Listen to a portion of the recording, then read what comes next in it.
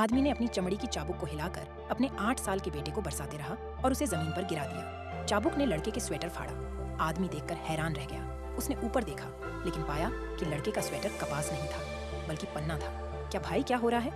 लड़के की माँ बचपन में अनपेक्षित तरीके से नहीं रही। पिता ने अपने बेटे के बारे में सोचा और उसके लिए एक स्टेप मदर ढूंढ निकाली। उससे जल्द ही एक जोड़ी बच्चे हुए। इस दिन पिता ने 3 सेट कैंडिड हॉथॉर्न खरीदे और सौतेली माँ से तीनों बच्चों को देने को कहा। लेकिन उसने सिर्फ उन 2 बच्चों को बुलाया जो उसके आसपास खेल रहे थे और उन्हें अपने हाथ में नागाफनी के मिठाई के 3 सेट दे दिए। इस समय खेलते हुए लड़के घर चले गए। सौतेली माँ ने दोनों बच्चों को थोड़ी जल्दी से खाने दिया ताकि लड़के को पता न चले, और फिर उसने कैंडिड नागफनी के आखिरी सेट को अपने पीछे छिपा दिया। तुम इतनी जल्दी वापस क्यों आ गए? अरे स्टेप मदर, बाहर हवा तेज है तो मैंने जल्दी से गाय को वापस ले आया। बाहर हवा चल रही है, ये कौन बोला? तुम बहुत लेजी हो। अरे बाहर तो बहुत हवा चल रही है। इस बार तीसरे बेटे ने अपनी माँ की लापरवाही का फायदा उठाकर लड़के को कैंडिड हॉथॉर्न भेज दिए, लेकिन दूसरे बेटे को रुलाया।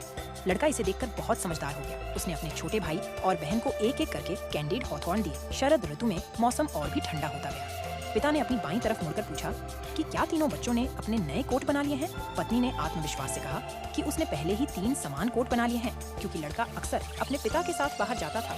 उसने उस दिन स्टेप मदर द्वारा तैयार किए गए नए कोट को पहन लिया।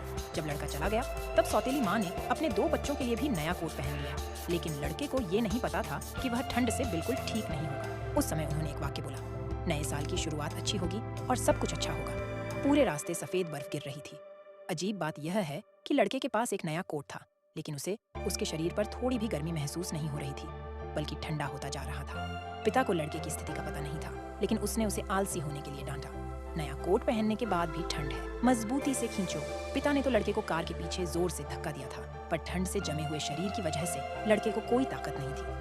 जब पिता मिठाई वाली नागफनी को हिला रहे थे तब लड़के के हाथ जम गए थे और उसने रस्सी छोड़ दी थी। क्या मसला है तुम्हारा? इसे जोर से खींचो। लड़के ने ताकत लगाई, लेकिन उसके हाथ रस्सी को ठंडी लहराती घड़ी की तरह पकड़ नहीं पाए। बैलगाड़ी तो लगभग साइड फ्लिप हो ही जाती।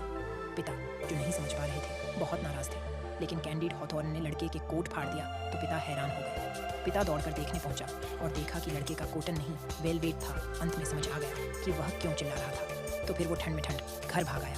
जब वह घर पहुंचा तो उस आदमी ने लड़के को बिस्तर पर लिटाकर रजाई से ढक दी। स्टेप मदर, जो उसके पास खड़ी थी, ने लड़के से पूछा कि उसे ठंड लग रही है क्योंकि वह जम गया है।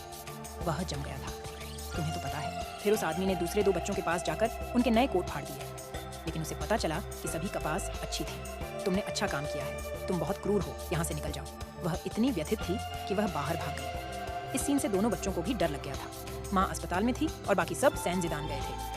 कोमा से जागा हुआ लड़का जमीन पर घुटने टेक दिया और स्टेप मदर से बेक करने लगा। लड़के की कार्यवाही सौतेली माँ को उसकी समस्या की जागरूक कर दी। तब उसने कमरे में जाकर अपनी कोट निकाली और उस लड़के पर पहना दी। उसने उसे जल्द से जल्द एक नया कोट बनाने का वादा किया, और इस दृश्य को देखकर उस आदमी की मुस्कान भी खुशी से थी। यहाँ मेरी तमन्ना है कि तुम सब हार्मोनियस पारिवारिक जी पाओ। सब कुछ अच्छे से हो जाएगा, अच्छे से जियो।